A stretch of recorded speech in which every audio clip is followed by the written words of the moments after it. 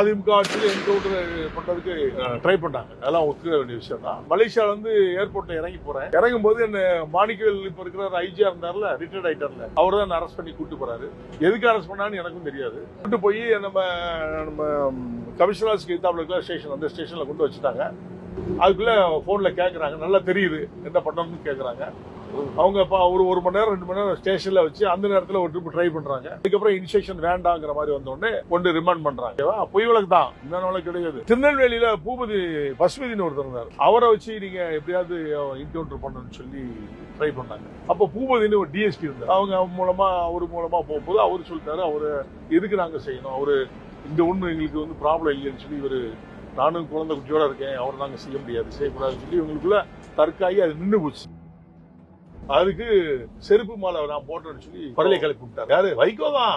அரசியல் சாணக்கியம்ல நம்ம ஒருத்தர் அழிக்கணும் என்ன வேணா பண்ண இருந்தார். திமுக விசுவாசி கடைசியில் அவர் நிலைமை படி பரிதாபம். அது வேற வச்சு பேப்பர் எல்லாம் செருப்பு மாலை யாரோ போய் நைட்ல போட்டிருக்காங்க, ஏதோ பண்ணாலும் பண்ணிருக்காங்க. அவனுக்கு போய் நம்ம செருப்பு மாலை போடுறதுக்கு எனக்கு, நான் எல்லா கிராமத்தையும் எல்லா மக்களோட நல்லா இணக்கமா இருக்கேன் அப்படின்னு சொல்லி நான் தான் போட்டங்க மாதிரி பிரபலப்படுத்தி கலவரத்தை உருவாக்க ட்ரை பண்ணாரு. ஆனா நம்ம மக்கள் உஷார், யாரு கலவரம் இருந்தாலும் இவங்க அடிக்க ரெடி ஆயிட்டா, நம்ம தான் முன்னால் நிக்கிறோமே. அதனால அந்த லெவல் இல்ல. இவர் சொன்ன பேப்பர் நியூஸ்லயும் போட்டனால அது பொய்த்து போச்சு. மக்கள் உஷாராயிட்டாங்க. அது மாதிரி தேவர் சமுதாயம் உஷாராயிட்டு பொய்யாதான் அரசியலுக்கு வேண்டி நாடகம் பண்றாங்கன்னு அவங்க முடிவெடுத்தா அது ஒரு கலவரம் எல்லாம் போச்சு. பெரிய கலவரத்தை உருவாக்கி அதுல குளிர்காயன்னு வைகோ வந்துச்சார். அதுல அவருக்கு வைரஸ் தான். கலைஞர் இருக்காரு, வைகோ உள்ள அழைச்சிட்டு போறாரு. ஒரு சேர் இருக்கு பக்கத்துல, கலைஞர் பக்கத்துல சேரை போட சொல்றாங்க, போட்டிருக்காங்க. இந்த பக்கத்துல ஆற்காடு பொன்முதல் மாவட்ட சேர் அவரு நிறைய 4-5 பேர் இருக்காங்க. கலைஞர் வா தம்பி அப்படின்னு சொல்லி உட்கார சொல்றாரு.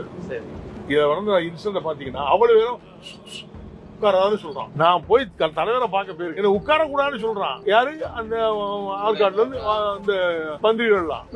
நான் எப்பவுமே எதை பத்தி கவலைப்படாத ஆளு. வைகோ என்ன பண்ணாருன்னா டக்குன்னு அவர் காலை பிடிச்சிட்டு கீழே உட்காந்துருக்காரு. காலை பிடிச்சி காலு கீழே உட்காந்துருக்காரு. பக்கத்துல சேர் சும்மா இருக்கு. நான் வந்து டக்குன்னு உட்காந்து 1986 வந்து இடைத்தேர்தல் நெல்லை மாவட்டம் நெல்லையில. அதுக்கு வந்து ஆரம் வீரப்பன், பெரியவர் ஆன வீரப்பன் தான் கேண்டிடேட், அதிமுக கேண்டிடேட். அப்போ என்ன பாக்குறதுக்கு முதல்ல என்ன பாக்குறதுக்கு வந்து கலைஞர் கருணாநிதி தான். அவர் என்ன பார்க்கணும்னு சொன்ன உடனே அண்ணன் வைகோ எம்பி அவர்கள் தான் என்ன வந்து வீட்டுல வந்து பார்த்து கலைஞர். நான் அப்போ வந்து கிராமப்புறத்துல கொடியேற்றிட்டு தேவேந்திர வேலை சமுதாயத்தை கொடியை ஏற்றிட்டு இருக்க டைம் 86 ஏத்திட்டு இருக்கும்போது அப்போ நைட்டு ஒரு 2 மணி 3 மணிக்கு வந்து ஒரு எஸ்பி எல்லாரும் வந்து பார்க்க வந்தாங்க. என்ன விஷயம்னு கேட்டா, இந்த மாதிரி கலைஞர் பார்க்கணும்னு சொல்லி வைகோ அண்ணன் வந்து சொல்றாரு. நான் சொன்னா கலைஞரை நான் எதுக்கு பார்க்கணும்னு நான் கேட்டேன். இடைத்தேர்தல் வருது, உனக்கு தெரியாதா, நீ திமுக குடும்பம், அப்படி பாரம்பரிய குடும்பம் பேசுறாரு. சரி, நான் வந்து இப்போ வந்து நான் அரசியல் இல்லை, நான் என்னுடைய மக்களோட மக்களா இருந்துகிட்டு இருக்கேன், நான் அதுக்கு வரதுக்கு மறுத்துட்டேன். இல்ல நீ வந்து ஒரு திருப்பி பார்த்தா ஆகணும், வரணும். சரி வாங்க போலான்னு சொன்னேன். அப்போ என்கிட்ட வாடகை கார் தான் இருந்துச்சு. அதனால அவரு கார்ல எனக்கு அழைச்சு பாண்டியன் ஹோட்டல், நல்லா யோசிச்சுங்க, பாண்டியன் ஹோட்டல்ல போய் கலைஞர் இருக்காரு. வைகோ என்ன உள்ள அழைச்சிட்டு போறாரு. ஒரு சேர் இருக்கு பக்கத்துல, கலைஞர் பக்கத்துல சேரை போட சொல்றாங்க, போட்டிருக்காங்க. இந்த பக்கத்துல ஆற்காடு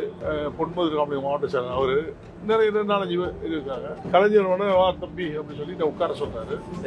இதை வந்து இன்சிடென்ட் பாத்தீங்கன்னா அவ்வளவு பேரும் உட்காரான்னு சொல்றான். நான் போய் தலைவரை பார்க்க போயிருக்கேன், என்ன உட்கார கூடாதுன்னு சொல்றான். யாரு? அந்த ஆற்காடுல இருந்து அந்த பந்திரிகள்லாம்.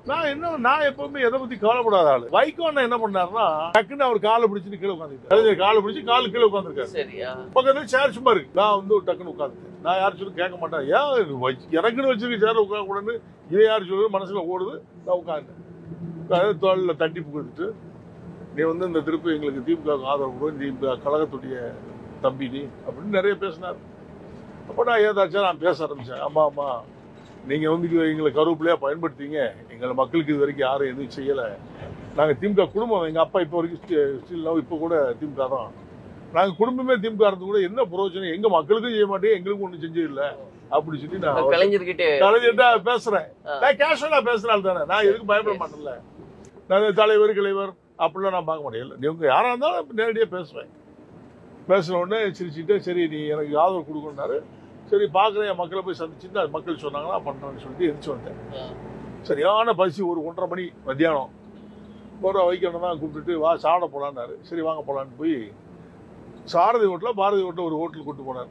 நல்ல நான்வெஜ் நல்லா சாப்பிட்டுட்டு, அப்போ கிளம்புறேன் அப்படின்றத நல்லபடியாக சொல்லுப்பா, நீ தலைவர் சொல்லிட்டாரலான்னு சொன்னேன். சரி பாப்போன்னு கிளம்பிட்டேன். கிளம்பி கீழே வந்து மறுநாள் வீட்டில் வந்து தங்கியிருக்கதான் செய்த. மறுநாள் ஜேபிஆர் ஆர்.எம். வீரப்பன், அப்புறம் நம்ம சைதை துரைசாமி, முக்கியமான தலைவர்கள்லாம் என்ன பார்க்க வீட்டுக்கு வராங்க. வீட்டுக்கு வரதுக்கு முன்னால ஒரு இன்சிடென்ட் நடக்கு. காலையில 3:30 மணிக்கு எஸ்பி வராரு. பாண்டியன் ஒரு எஸ்பி இருந்தார். இப்ப இருக்காரோ இல்லையா தெரியல, அவர் இருந்தார். அவர் தான் திருநெல்வேலி டிஸ்ட்ரிக்ட் எஸ்பி. கதவை தட்ட உடனே என்னன்னா நம்ம ஒன்றும் தப்பு பண்ணல, முதல்ல அப்படிதான் யோசிப்பேன். போலீஸ்காரங்க வந்தாலே 3 மணிக்கு தான் கோழி பிடிக்க மாதிரி பிடிப்பாங்க. திருடைங்க கோழி பிடிப்பாங்க தெரியுமா, 3 மணிக்கு தான் பிடிப்பாங்க. அதே மாதிரி இந்த போலீஸ் வர்றது வந்து யார் அரெஸ்ட் பண்ணா 3 மணிக்கு தான் வருவாங்க. 3 மணி, அந்த 2 மணி 3 மணி அயர்ந்து தூங்குறாங்க எடுப்பாங்க. நான் என்ன வீட்டில் இருந்தேன். உடனே எங்கள் அம்மா எல்லாம் இருந்தாங்க, எங்கள் அப்பா இருந்தார். என்ன விஷயமா இருந்திருக்கீங்களா, எல்லா தப்பியை பார்க்கணும்னு சொன்னாங்க. சரி, நான் எந்திரிச்சு போய் என்ன அப்படின்னு கேட்டேன். இந்த மாதிரி புரட்சித் தலைவர் எம்ஜிஆர் ஒன்று பார்க்கணுங்க.